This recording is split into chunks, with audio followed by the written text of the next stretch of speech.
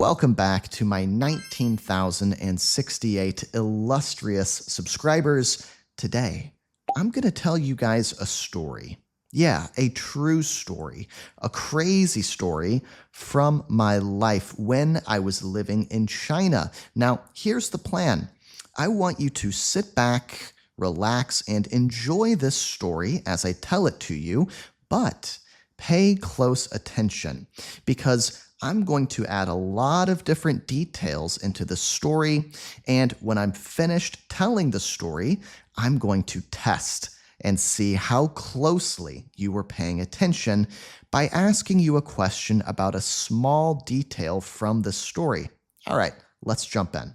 Back in the year 2016, after graduating from college in Boulder, Colorado, I decided to move across the world all the way to Shanghai, China, in order to teach English and start working as an English teacher. So, when I first got to Shanghai, I moved into a new apartment, and this was a huge old apartment in a pretty good location in Shanghai.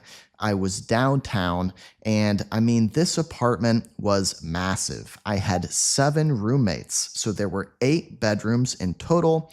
My roommates were from all over the world. It was a very international group that we had there at the apartment. We had people from the Ukraine. We had people from Germany. There were other Americans just like me. There was someone from Portugal. It was a really international group. Now, we didn't know it at the time, me and my 7 roommates. We had no idea, but very soon there would be a disaster in that apartment, a disaster that would threaten our lives. I still remember this night very, very vividly, very, very clearly. It was the middle of December, and Shanghai was incredibly cold. You know, in Shanghai, the summers are hot and the winters are cold, but they're not just cold, they are a wet cold, sort of a humid cold that really seeps into your bones. It is a very intense cold. So I remember the cold of this night. I was fast asleep in my room, and suddenly there was a knock at my door. But it wasn't just a knock. Someone was pounding on the door of my room, and they were shouting, "Wake up, wake up. You need to wake up right now. Get up, get out of bed." Well, as you can imagine, I was really shocked. I was scared. I didn't know what was going on, but I jumped out of bed, and I was only wearing my underwear. Right? I was only in my underwear. I unlocked my door and I opened it just a crack. And sure enough, there was one of my roommates, an American named Sean, was standing at the entrance of my bedroom, and he was naked in his underwear. And, he had this crazy look in his eyes. He had this wild hair, like he had just woken up. And he said, "Okay, Connor, you need to get up right now. We need to get out of here." I said, "Sean, what are you talking about? This is crazy. It's the middle of the night." I looked at the time. It was past midnight. He said, "You don't understand. There's a fire. The apartment is burning down." Now, as Sean was telling me this, I noticed that behind him, sure enough, in the hallway, there were these tendrils of smoke, rising up, and flecks of ash in the air behind him. And I realized, oh my God, he's right. And I could smell the smoke, and so I rushed out of my room. I didn't have time to grab anything. There was no time to get dressed or, put my clothes on. He told me we need to get out of here now. And so I said, okay, let's go. We ran down the hallway of this part of our apartment, and we went out onto the roof. Now, this apartment was at the 14th floor of the building, and we had the top apartment. Okay, so went all the way up to the 14th floor, and that was the very top apartment. Well, that was our unit. That was where we lived. And within the apartment, my bedroom was upstairs, and Sean's bedroom was upstairs. So we had access to the rooftop terrace. So basically, out on the rooftop, there was a big rose garden, and there were lots of flowers and plants and some workout equipment up there on the roof. So me and Sean, we were pushing aside all of this thick, heavy black smoke, and we run out of our apartment out onto the roof. Our hearts are pounding. You know, the icy winter wind is blowing into us, blowing against us. We're both freezing. It's the middle of winter, and we are in our underwear in the middle of the night out on this rooftop. Well, when we get out there, I realize that indeed our apartment is on fire. I look down to the first floor of our apartment. Remember that we are up on the second floor of the apartment. And yeah, I look down at the first floor where the kitchen window is, and I can see big, fat, inky clouds of smoke billowing out of the kitchen window up into the dark night sky. And it looks like a lot of smoke. It looks like a very dire situation. I look at Sean, he looks at me. We realize, oh my God, there are 6 other roommates, and we don't know where they are. I asked Sean, did you wake them up? You know, he came to my room, he came and got me, but I wanted to know about the other roommates. So I asked him, you know, did you go to their doors and pound on their doors as well and try to get them out of bed? You know, try to get them out here to this safe space on the rooftop terrace? And Sean says, no, he wasn't able to.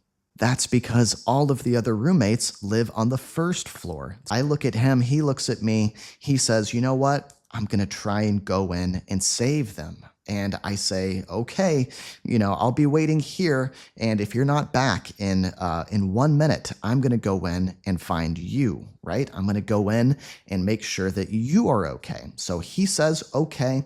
He takes a big breath. He runs into the apartment. And remember, there is still smoke pouring out of this door that leads to the rooftop terrace. Well, Sean runs in and he disappears in the smoke. 5 seconds later, he comes running back out, coughing like crazy. He says, man, I cannot make it downstairs. There's too much smoke inside the apartment. It's getting worse and worse by the minute. So at this point, we are getting really worried.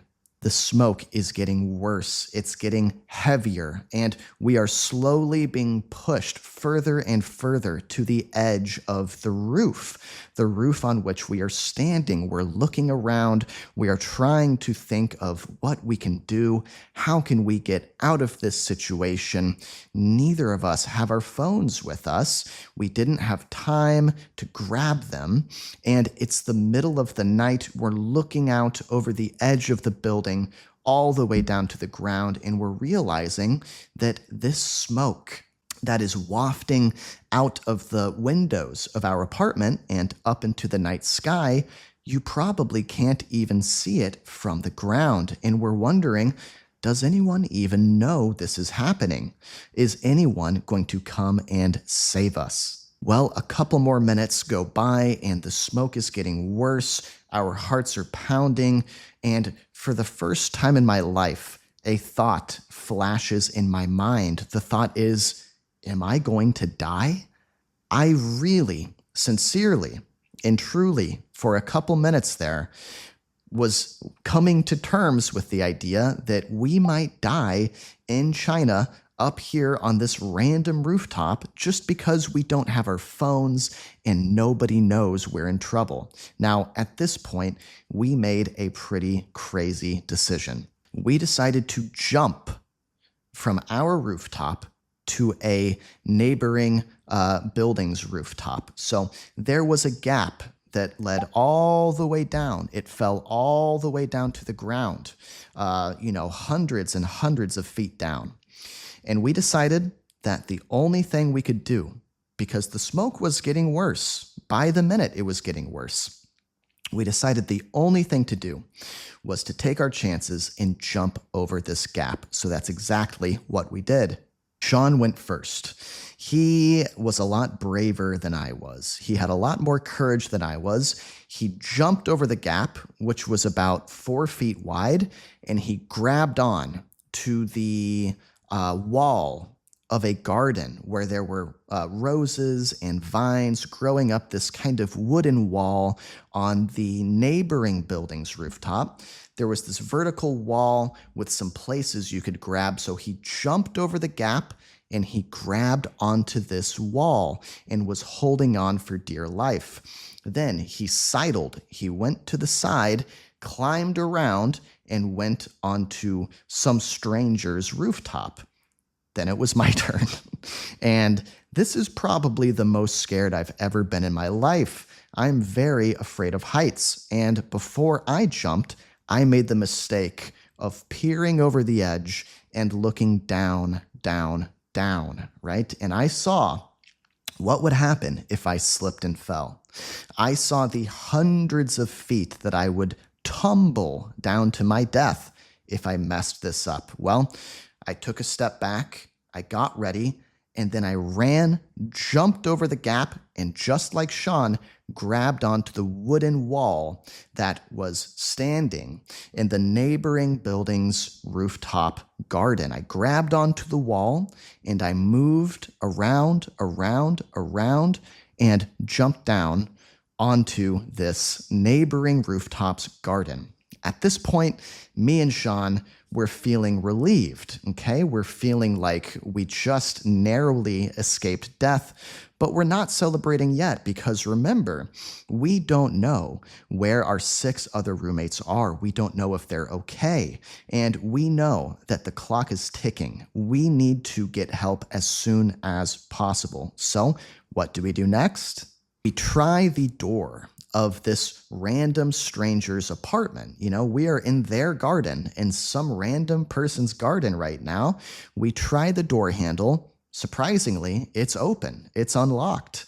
China is very safe, and sometimes people just leave their doors unlocked. So we got lucky. It was unlocked. We opened the door, and in the middle of the night, 2 naked, yelling foreigners appeared in some poor, unsuspecting Chinese person's apartment. We go in. Suddenly, a dog appears. There's a dog barking. An old woman pokes her head out of her bedroom. She starts screaming. In our very bad Chinese, we tell this woman, "Oh, don't worry. We're not breaking in. We're not crazy. There's a fire. There's a fire next door, and we need to get help. We need to get help right now." She seems to understand. So, we go out of her apartment. We go down in the elevator all the way to the ground floor. We run out in the middle of the night, in the middle of the winter in Shanghai. We run all the way to a convenience store. We, ask the person working there, the cashier, if we can use their phone. This person is very nice, very understanding, and he gives us his phone. We use the phone to call the fire department. The fire department shows up in, I will say, probably 2 minutes. Their response time was incredibly fast. They were incredibly efficient. They showed up and immediately they leapt into action. They took a hose and they snaked it up all those flights of stairs in our apartment building, up all the way to the very top unit where our apartment was located. Well, that was a long night, let me tell you. I was freezing, shivering, standing almost naked in a random convenience store. There were some other late night stragglers, some other late night customers coming in and leaving, giving me strange looks. Why is this foreigner not wearing any clothes? What is going on? Fortunately, I miraculously bumped into my tattoo artist who was up late and he lived nearby. He came into the convenience store and he saw me. He said, what is going on? This is a guy who does a lot of my tattoos. And he said, come back with me to my place. You can borrow some of my clothes. You can sleep on my couch for tonight. Well, I was exhausted, so I told Sean what my plan was. He said, okay, you go and rest, and I will be in touch about what goes on with this fire and what goes on with our roommates, what has happened to them. It was very difficult to sleep that night, as you might imagine, because I couldn't stop wondering about, what was going on back at the apartment. But at this point, it was very late, and I had work in a couple of hours. I managed to fall asleep, and this is what I learned a couple of hours later when it was time to wake up again and go to work. So what I learned the next day was that there was no actual fire inside our apartment. There was a room outside our apartment that was filled up with electrical equipment, very old electrical equipment from like the 90s and early 2000s. And, this stuff was very old, very outdated.